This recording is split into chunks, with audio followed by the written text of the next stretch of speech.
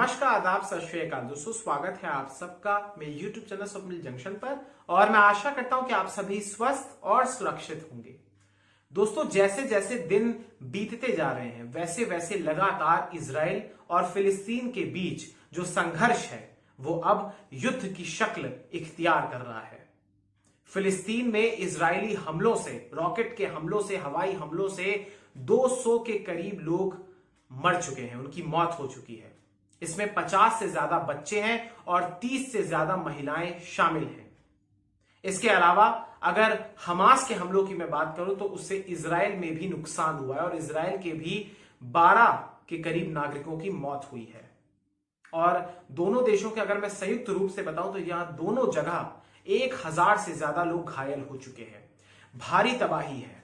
Israel में रात रात भर सायरन बजते रहते हैं। क्यों? क्योंकि रात भर हमास की ओर से लगातार फायरिंग होती है, लगातार रॉकेट के हमले किए जाते हैं, रॉकेट दागे जाते हैं। और वहीं जो इजराइल जिस प्रकार से जवाबी हमला करता है, जो एयर स्ट्राइक्स करता है, उसमें तो पूरा का पूरा फिलिस्तीन या जो मुख्य रूप से जो गाजा पट्टी का इलाका है जो हमास के नियंत्रण में आता है, वो एक प्रकार से आप ये मान के चलिए कि किसी खंडहर में तब्दील हो चुका है।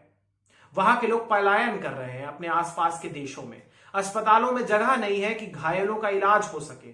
बच्चे रो रहे हैं, इलाज के लिए डॉक्टरों की कमी है, भारी तबाही है। यानी इस जंग से, इस युद्ध से किसी का भी भला नहीं हो रहा है, लेकिन ये जंग अभी भी जारी है। हालांकि इसमें संयुक्त राष्ट्र, अमेरिका और मिस्र के राजदूत, जो दूत उन्होंने एक प्रकार से जिनकी नियुक्ति की है, वो लगातार आकर दोनों के बीच मध्यस्थता स्थापित करने की दिशा में प्रयास कर रहे हैं, लेकिन अभी ये प्रयत्न रंग नहीं ला रहे हैं। साथ ही साथ दोस्तों, इजराइल की ओर से जो हमास के प्रमुख हैं और उनके भाई के घर पर हमला किया गया, वो जीवित है कि नहीं इसकी पुष्टि तो नहीं है। और इसके जवाब में रात भर इजराइल के जो बड़े बड़े शहर है उन पर हमास की ओर से रॉकेट दागे गए। यानी आप देख रहे हैं कि किस प्रकार से जहां दुनिया को कोरोना महामारी के विरुद्ध होना चाहिए एकजुट होकर, वहां पर दो देश आपस में ही लड़ रहे हैं। साथ ही साथ दोस्तों, यहां पर लड़ तो ये दो देश रहे हैं, लेकिन हमारे देश के नागरिकों को एक अलग ही खलबली मची हुई है। विशेष रूप से सोशल मीडिया पर, ट्विटर जैसे प्लेटफॉर्म्स पर हमारे ही देश के नागरिक भारतीय ही दो धड़ों में बंट चुके हैं। और जो मैंने विश्लेषण किया उसके माध्यम से मैं ये निकाल पाया हूं दोस्तों कि सबसे पहले इसमें जो विभाजन हुआ है वो विचारधारा को लेकर हुआ है। यानी जो दक्षिणपंथी लोग हैं उनमें बहुतायत लोग इजराइल का समर्थन कर रहे हैं कि इजराइल को अपने पुरखों की जमीन और जो उनकी पुरानी जमीन है, ऐतिहासिक कालों से जो उनकी है, वो उस पर अपना अधिकार है उनको उस पर कब्जा करने का। और साथ ही साथ अगर हमास उन पर हमला कर रहा है तो उसको मुंह तोड़ उत्तर देना भी उनका फर्ज है। ये दक्षिणपंथी विचारधारा के लोग कह रहे हैं। वहीं वामपंथी विचारधारा के लोग कह रहे हैं कि फिलिस्तीन के ऊपर जो हमले हो रहे हैं वो वाकई में दुखद है और मानवाधिकार का उल्लंघन है और इजराइल को इस प्रकार से फिलिस्तीन पर हमले नहीं करने चाहिए। साथ ही साथ दोस्तों, यहां पर विभाजन ये विचारधारा के आधार पर भी हुआ है, तो वहीं ये विभाजन धार्मिक आधार पर भी हुआ है। और इसमें आपको विस्तार से बताने की जरूरत नहीं है, या आप भली भांति जानते हैं कि कौन किसको समर्थन कर रहा होगा और कौन सा धड़ा किसको समर्थन कर रहा होगा। यानी ये नफरत और घृणा की राजनीति हमारे ही देश के भीतर हो रही है और सोशल मीडिया प्लेटफॉर्म्स पर हो रही है। सोचिए, और लगातार दोस्तों इसके एक प्रकार से अगर मैं आपको बताऊं तो इसकी एक मेन कड़ी कल उभर कर आई, रविवार को माफ कीजिएगा। दरअसल ये हुआ कि इजराइल के प्रधानमंत्री बेंजामिन नेतन्याहू ने एक ट्वीट किया और उसमें उन्होंने 25 देशों का एक झंडा उन्होंने लगाया। उसमें इमोजी जिसको आप कहते हैं, उन्होंने 25 देशों के झंडों को उसमें लगाया और ये दर्शाने का प्रयास किया कि ये 25 देश, जिसमें अमेरिका, जिसमें जर्मनी समेत तमाम ये 25 देश शामिल हैं, ये इनका समर्थन कर रहे हैं इजराइल के फिलिस्तीन के खिलाफ, माफ कीजिएगा, इजराइल का समर्थन कर रहे हैं। उसके बाद से जो तमाम ट्विटर पर जो एक प्रकार से प्रो फिलिस्तीन के लोग हैं जो समर्थन कर रहे हैं, वो इस बात को लेकर मजाक उड़ा रहे हैं भारत का कि आखिर आप लोग, यानी एक विचारधारा का तबका जो है वो दरअसल समर्थन कर रहा है इजराइल का, और इजराइल के प्रधानमंत्री ने ही भारत का ध्वज नहीं लगाया, तो आखिर इसमें समस्या क्या है?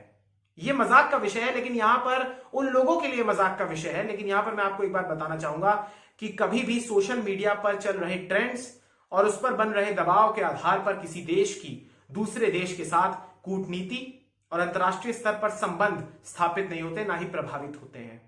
इसलिए यह बात बेहद जानना जरूरी है लोगों की कि जो लोग भी इस प्रकार के हैशटैग्स चला रहे हैं या जो लोग मजाक उड़ा रहे हैं कि भारत का जिक्र नहीं किया, तो उनको आज की ये वीडियो पूरी देखनी चाहिए, क्योंकि कहीं ना कहीं आज जो मैं आपको फैक्ट्स बताऊंगा उसमें आपको ये समझ में आएगा कि आखिर ये मसला क्या है। क्योंकि एक बहुत बड़ा द्वंद्व है भारत के भीतर, और अगर पश्चिमी एशिया की मैं बात करूं तो भारत वहां पर रचनात्मक भूमिका अदा करता है।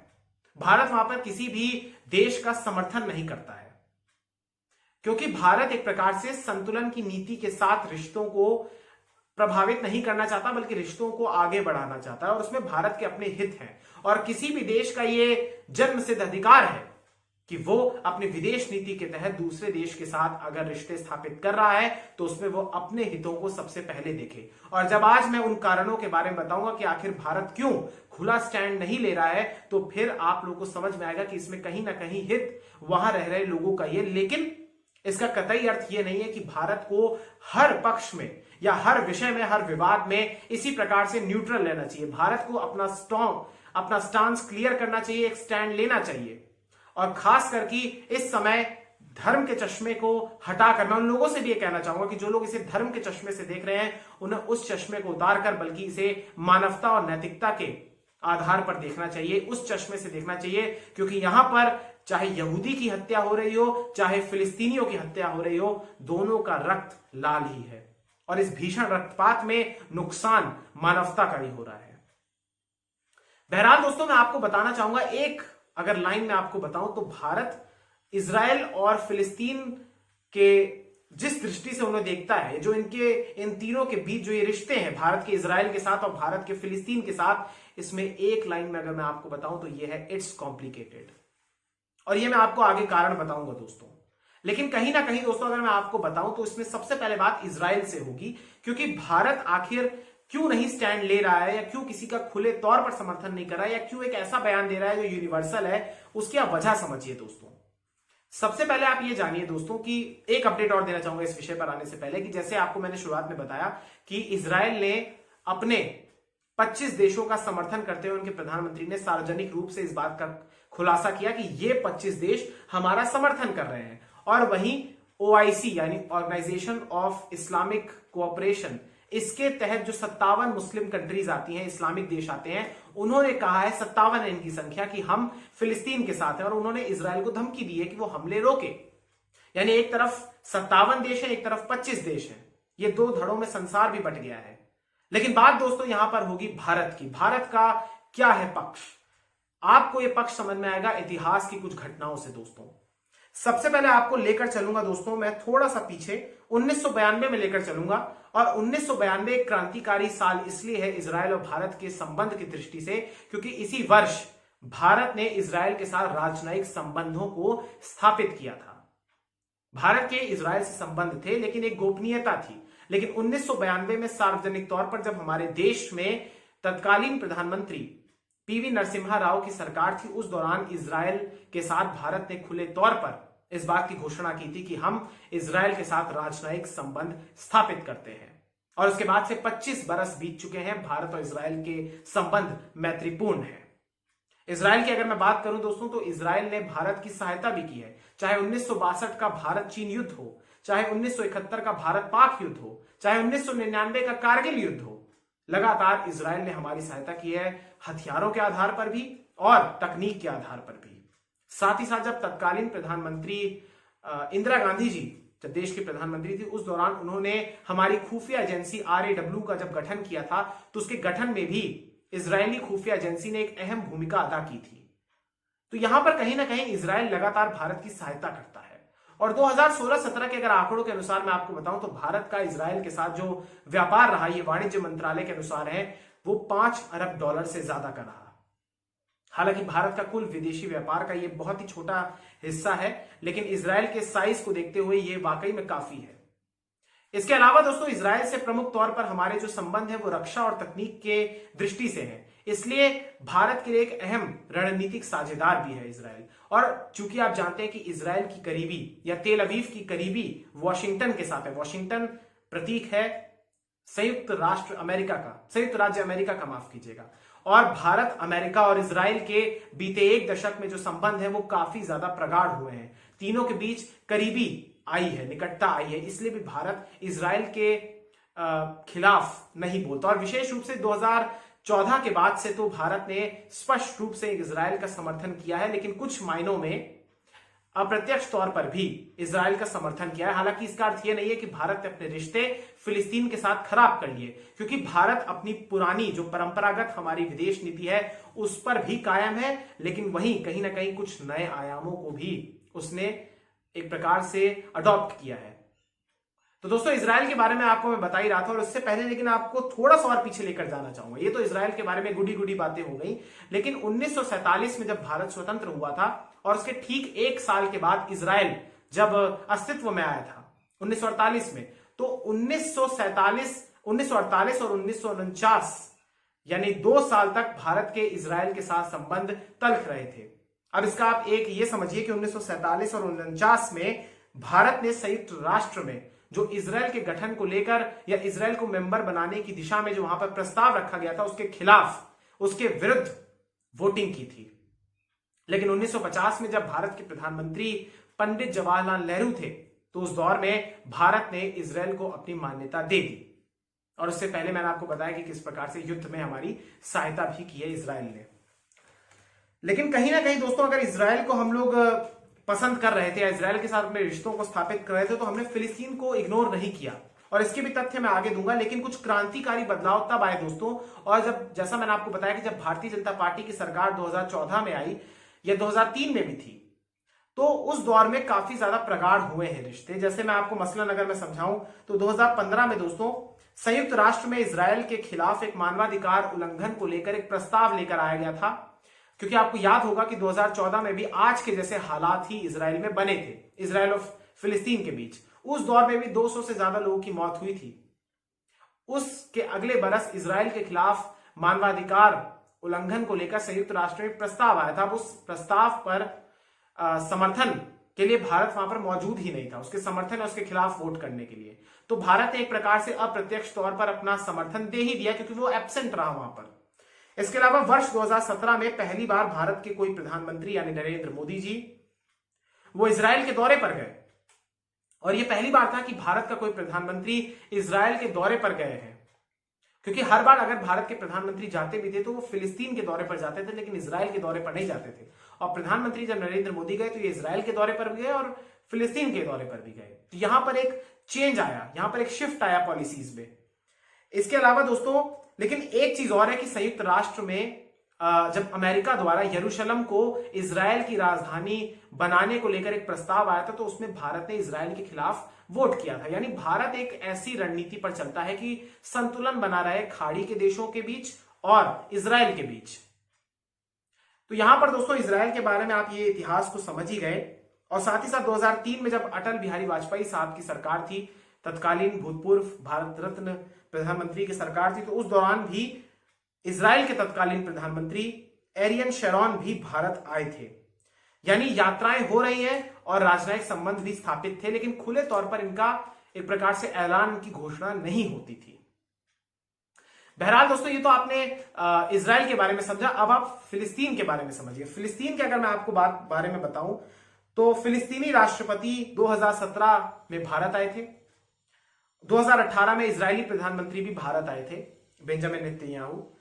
और भारत ही पहला ऐसा देश था दोस्तों जिसने PLO यानी पैलेस्टाइन लिबरेशन ऑर्गेनाइजेशन, जो कि एक संस्था है जो गवर्न करती है वहां पर फिलिस्तीन में, वेस्ट बैंक के इलाके पर, वहां पर उनको पहली बार जो मान्यता दी थी किसी गैर अरब देश ने, वो भारत ही था। और यह बरस था 1988 का। फिलिस्तीन की राज्यता को मान्यता दी थी भारत ने ही।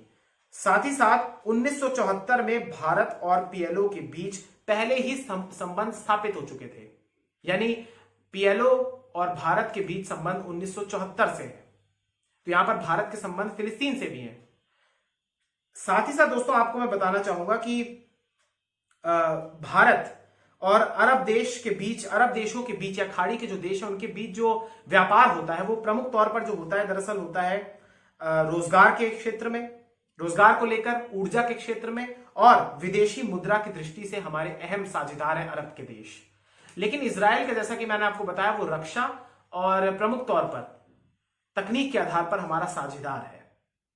ट्रेड के बारे में अगर मैं बात करूं दोस्तों, तो यहां पर आप देखिए कि सऊदी अरब समेत तमाम जो खाड़ी के देश हैं उनके साथ 2016-17 के ये आंकड़े हैं वाणिज्य मंत्रालय के, उस दौर में दरअसल हमारा इन खाड़ी के देशों के साथ, अरब देशों के साथ जो व्यापार रहा वो 121 अरब डॉलर से ज्यादा का रहा, जो 18% से ज्यादा है।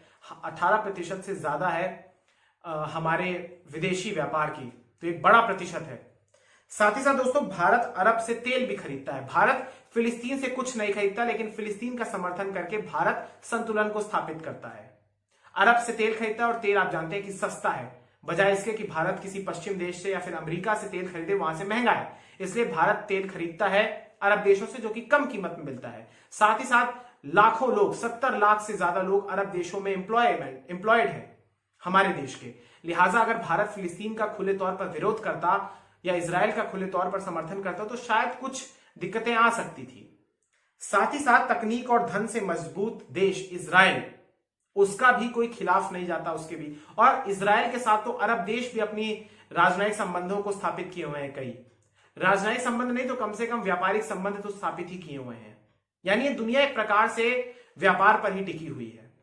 साथ ही साथ दोस्तों आपको एक इतिहास और बताना चाहूंगा। फिलिस्तीन का भी भारत की राजनीति में बहुत ज्यादा दखल अंदाजी रही है, क्योंकि 1970-80 के बीच जब इंदिरा गांधी का दौर था भारत में, भारत की प्रधानमंत्री थी, तो उस दौरान अच्छे संबंध स्थापित करने के लिए और साथ ही साथ मुस्लिम वोटों को लुभाने के लिए यासिर अराफात, जो कि फिलिस्तीनी नेता थे, पीएलओ के प्रमुख भी थे, उन्हें भारत में बुलाया जाता था और वो इंदिरा गांधी के पक्ष में, उनके समर्थन में किसी भी समय रैली करने को लेकर एक्टिव रहते थे और किसी भी समय तत्पर रहते थे। यानी भारत की राजनीति में मुसलमानों को लुभाने के लिए भी बहुत ज्यादा इस्तेमाल हुआ है।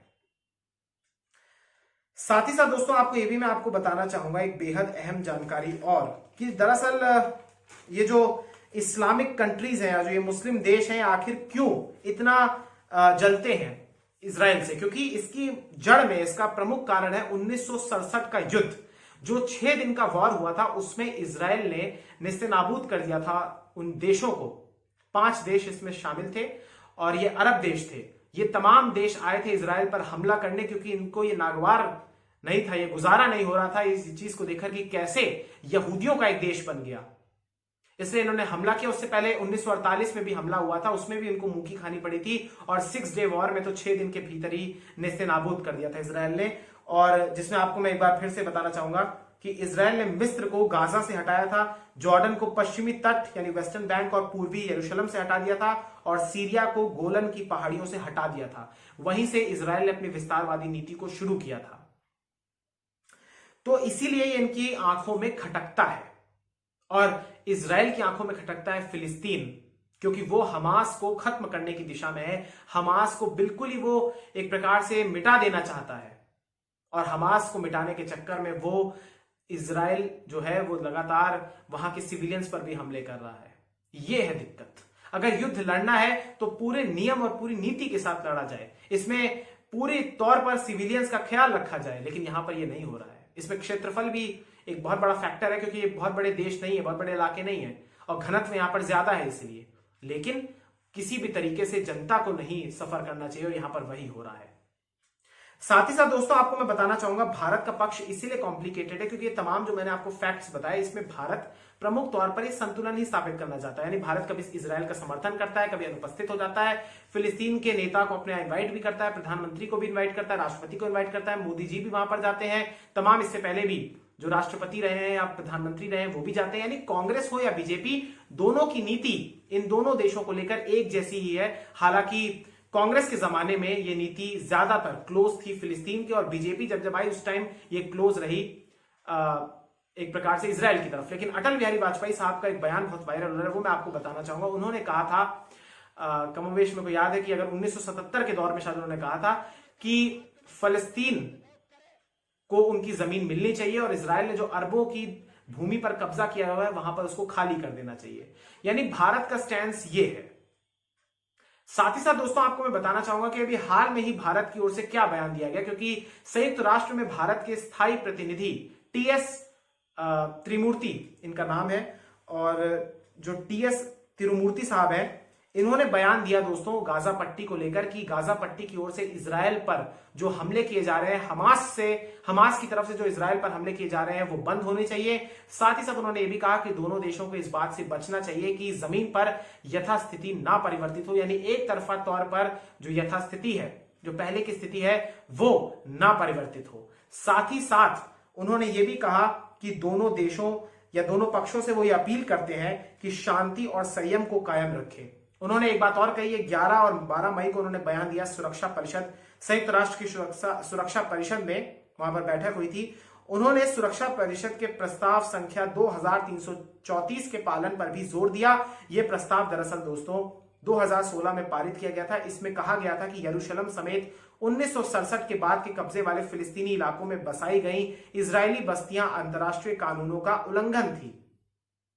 तो इस बारे में उन्होंने कहा, और साथ ही साथ उन्होंने इस बात को भी लेकर जोर दिया कि इजराइल और फिलिस्तीन को आपस में शांति वार्ता करनी चाहिए। यही बयान आया है हालांकि, और बाकी तो अभी भारत ने किसी का समर्थन नहीं किया है। तो यहां पर यह भारत की अपनी जटिलता है, या भारत के सामने एक प्रकार से यह बड़ी विचित्र परिस्थिति है कि वो स्टैंड किसका ले, क्योंकि यहां पर दिक्कत यह आ रही है कि भारत किसी एक को नाराज नहीं करना चाहता, और इस समय भारत के सामने दोनों देश अपनी अपनी महत्वपूर्ण भूमिका अदा करते हैं। तो नई दिल्ली के सामने चाहे तेल अवीव हो या फिर रामल्ला हो, लगातार नई दिल्ली के सामने यह धर्म संकट है। धर्म युद्ध वहां चल रहा है, धर्म संकट में हमारा देश है।